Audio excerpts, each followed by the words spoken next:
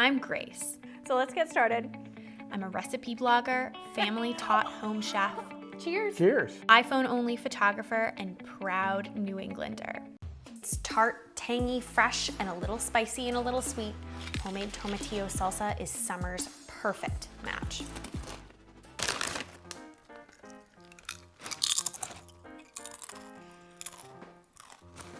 Don't need salsa. Little dippers.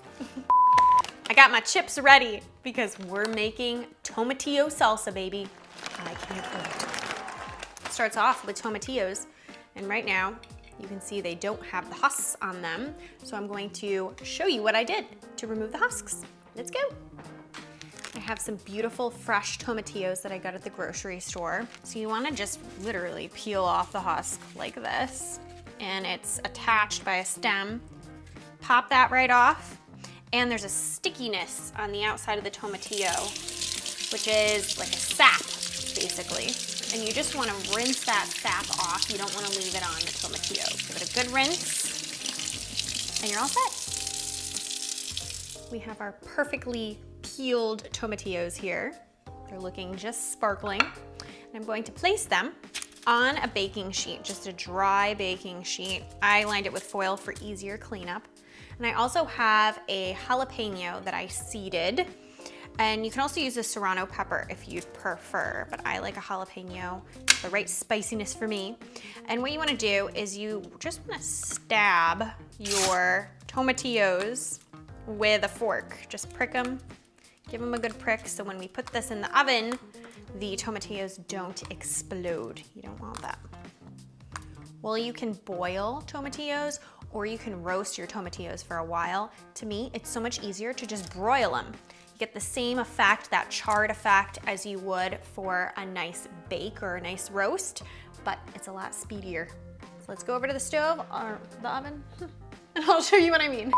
The oven is preheated to broil. We're gonna broil these for 5 minutes on the first side, then we're gonna flip them over, and we're gonna broil them for just a couple more minutes until they're lightly charred on the top and the skins start to loosen and kind of fall apart a little bit.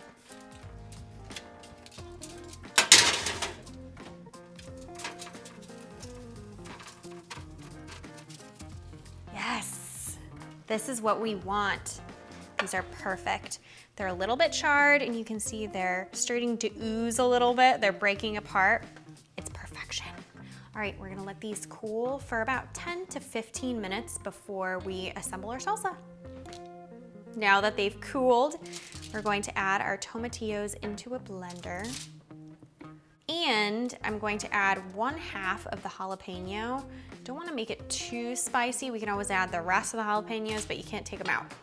And then there's just a little juice left on this piece of foil, so I'm gonna add all that good juice right into the blender.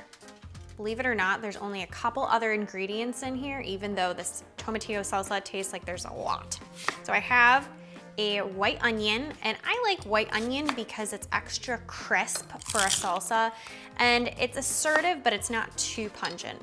So I just peeled it and I quartered it. I'm gonna pop that in. I have some garlic. Garlic is optional, but I love garlic in everything, so can't go wrong. And some lime juice. I'm gonna need about a tablespoon. The husband just said it will not be complete without some cilantro. Fresh cilantro, I'm gonna break off the leaves. The stems are okay. And I just need about a 1/4 cup, and I'm gonna roughly chop it. Salt, and that's it. Put that top on.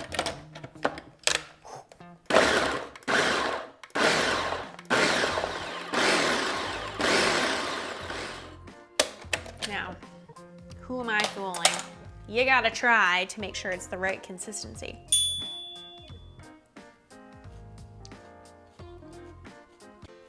Perfection.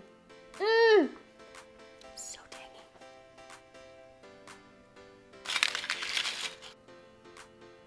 Because we broiled and not roasted the tomatillos, the salsa is so bright green.